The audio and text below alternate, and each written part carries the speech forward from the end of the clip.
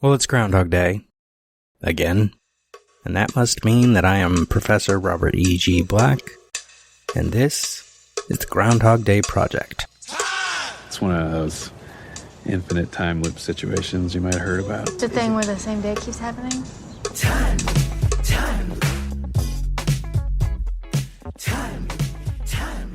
I wake up every day right here, right in Punxsutawney, and it's always February 2nd. The last revision is what counts, apparently. We're in minute 74 of Groundhog Day. Rita has fallen asleep in Phil's bed. Phil is next to her. He is facing her.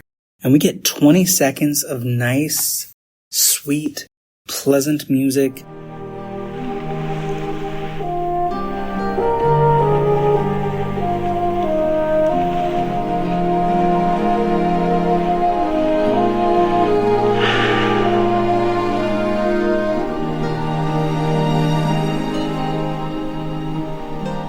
Phil is relaxing into the pillow, ready to go to sleep himself. Rita has fallen asleep. And it is, I don't recall in my year of watching this movie every day if there was ever a point where I got sick of this moment. A lot of parts of the movie I got tired of, and then I'd have to loop back around to liking them again and appreciating. I found ways to talk about other stuff, watching other time loop movies, talking about TV time loop episodes, so I'd have other things to say. There was always ways to branch out, even if I got tired of talking about stuff. Or I made fun of things, like calling Rita a robot because of the way she moves in some scenes. I don't think I ever got tired of this moment, because this moment is beautiful. 20 seconds of relaxing, pleasant music, quiet. And then Phil says, he's not talking loudly, he's not talking like Phil the Joker asshole. He says, what I wanted to say was, I think you're the kindest, sweetest, prettiest person I've ever met in my life. I've never seen anyone that's nicer to people than you are. I think it's there that she makes a noise. And then he leans in and he kisses her on the cheek. Which might be inappropriate under the circumstances, arguably. But in the context of the story of the film, we accept it because this moment feels genuine. I think, even though I've said in the last couple episodes that he probably had that God day before, he convinced Rita more than once, even got her to come back to his room on this day more than once. But I think this might be the first and maybe only time that he's had this monologue, because the fact that she fell asleep in his bed is maybe the first sign that he has that he is not a bad person. Yeah, I think that's it. I don't think this is going to be a very long episode. I love this moment, but I don't have a lot to say about it except, I could give you some negatives. Phil's, or more likely Harold Ramis's, limited vocabulary here is, like, kindest, sweetest, prettiest person. I've never seen anyone that's nicer to people than you are, he says. It just makes me think, and this show used to be tied into a show that failed. Finished without finishing, about Eternal Sunshine of the Spotless Mind, one of my favorite films. Clementine gets upset when he calls her nice. I just seem nice, so. Oh, now I'm nice? God, don't you know any other adjectives? I don't need nice.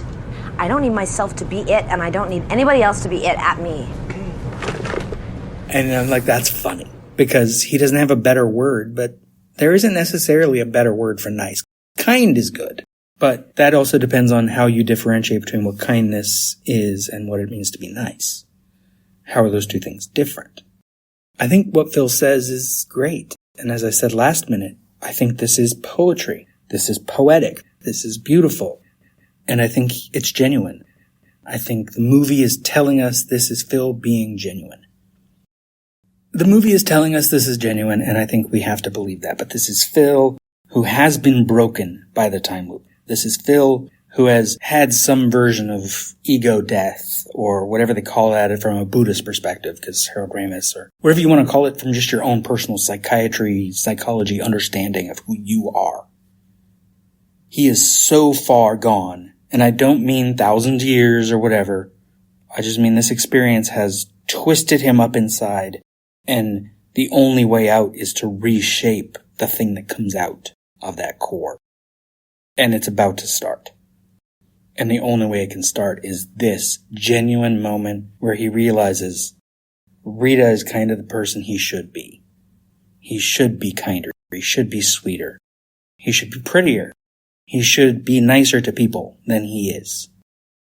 Or you could take the cynical view, and he means this next line that he says, literally. The first time I saw you, something happened to me. The implication in the moment is that he's talking about how he fell in love with her at first sight, which is debatable, because the first time he saw her, he was definitely enamored or fascinated, staring at her when she was playing in front of the blue screen. What I find interesting, though, is that he says this in a scene when they hadn't filmed that part yet. I'm not even sure if they wrote that part yet. In minute one, I asked Danny Rubin about it, and he didn't write that stuff in the newsroom. So I'm guessing it was written when they went to film it. So if they haven't written that scene yet, we don't know, or they don't know, when Phil says this, what it looked like when Phil first saw Rita.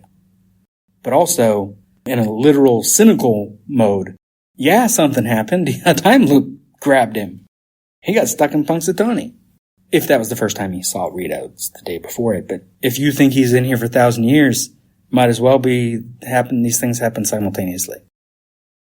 We cut off the end of his sentence here on his monologue, though. But the last thing he says in this minute is, I never told you, but. We'll finish up his monologue next time. And, well, we'll hold some space for Phil making himself a better person. Rita makes him want to be a better man. It's the as good as it gets thing. And I love this minute. So, your assignment for today, since I've been giving assignments, I guess, is go tell someone what you think of them, but ooh, that could go very negatively and very badly. Go be nice to people. Go be nice to someone you're not usually nice to. And I don't mean in the, go out and give money to a poor person that you see on the streets, because, you should do that, probably. Or take them to get food like Phil does later, or whatever, but I mean just be genuine. Fucking care about people. That's your assignment, is to care. Be kind. Be sweet. And if the system is fucked up and broken and abusive and oppressive, burn that shit down. Because that also is nice for everyone else.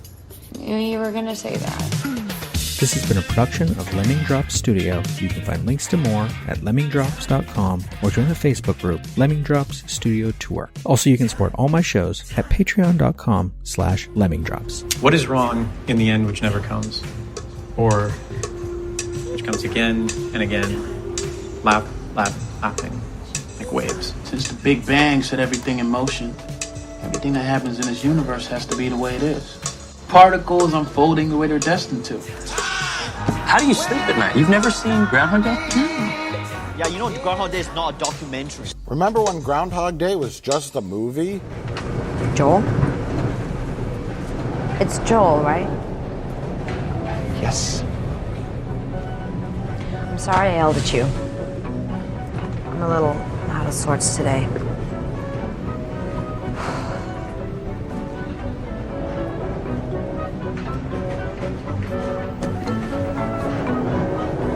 Embarrassing admission is I really like that you're nice right now. I mean, I can't tell from one moment to the next what I'm gonna like, but right now, I'm glad you are.